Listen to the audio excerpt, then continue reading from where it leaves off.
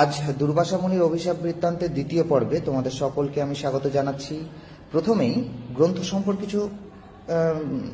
সম্পর্কিত কিছু তথ্য আমি তোমাদেরকে দিয়ে রাখি, যেটা তোমাদের থার্ড সেমিস্টারের যে এমসিকিউ প্যাটার্নের পরীক্ষাটা হবে সেটাতে সহযোগী হবে বলে আশা রাখছি। যেমন দুর্বাসা অভিশাপ নামক যে নাট্যাংশটি আমাদের পাঠ্যক্রমে রয়েছে, সেখানে প্রথমেই প্রশ্ন উঠতে পারে যে দুর্বাসা অভিশাপ নাট্যাংশটির উৎস কি।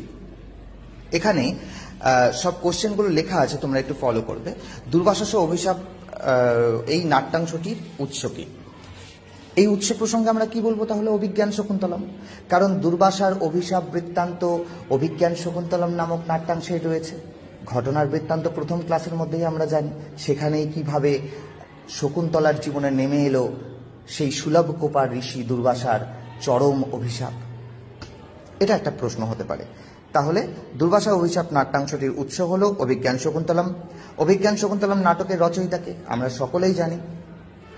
সংস্কৃত সাহিত্যের যে আকাশ, সেই সংস্কৃত সাহিত্যের আকাশের উজ্জ্বল জ্যোতিষ্ক স্বরূপ একজন কবি, মহাকবি কালিদাস। অভিজ্ঞান শকুন্তলম কত অঙ্কের নাটক? 7 অঙ্কের নাটক। এটা মনে রাখবে, ইম্পর্টেন্ট প্রশ্ন আছে। অভিজ্ঞান শকুন্তলম নাটকের উৎস কি? তাহলে দুর্বাসা অভিশাপ এর যে উৎস গ্রন্থ সেটা অভিজ্ঞান শকুন্তলম, তা অভিজ্ঞান শকুন্তলম গ্রন্থ থেকে নেওয়া হয়েছে। এবার অভিজ্ঞান শকুন্তলমের যে কাহিনী, এর যে আইডিয়াটা, এটা কালিদাস কোথা থেকে পেলেন? সেক্ষেত্রে আমরা বলতে পারি মহাভারত থেকে পেয়েছেন। এবং মহাভারতে যে 18টা পর্ব আছে, তার মধ্যে আদি পর্ব থেকে তিনি এই কাহিনীর যে আইডিয়াটা ইনি পেয়েছিলেন। পরবর্তী প্রশ্ন, অভিজ্ঞান শকুন্তলম নাটকে ঋষি দুর্বাসার অভিশাপ বৃত্তান্তটি কোথায় রয়েছে? 7টা অঙ্ক আছে। 7টা অঙ্কের মধ্যে কোথায় রয়েছে?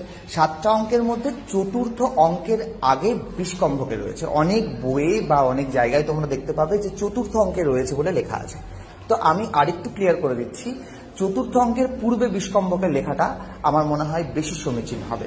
কারণ বিষকম্ভক কথাটাকে আমাকে বুঝতে হবে। নাটকে সবকিছু দৃশ্যমান করা যায় না। আমরা যখন একটা নাটক পড়ছি তাহলে আমাদের বুঝতে হবে যে এটাকে অভিনয় করে মঞ্চে দেখানো যায়।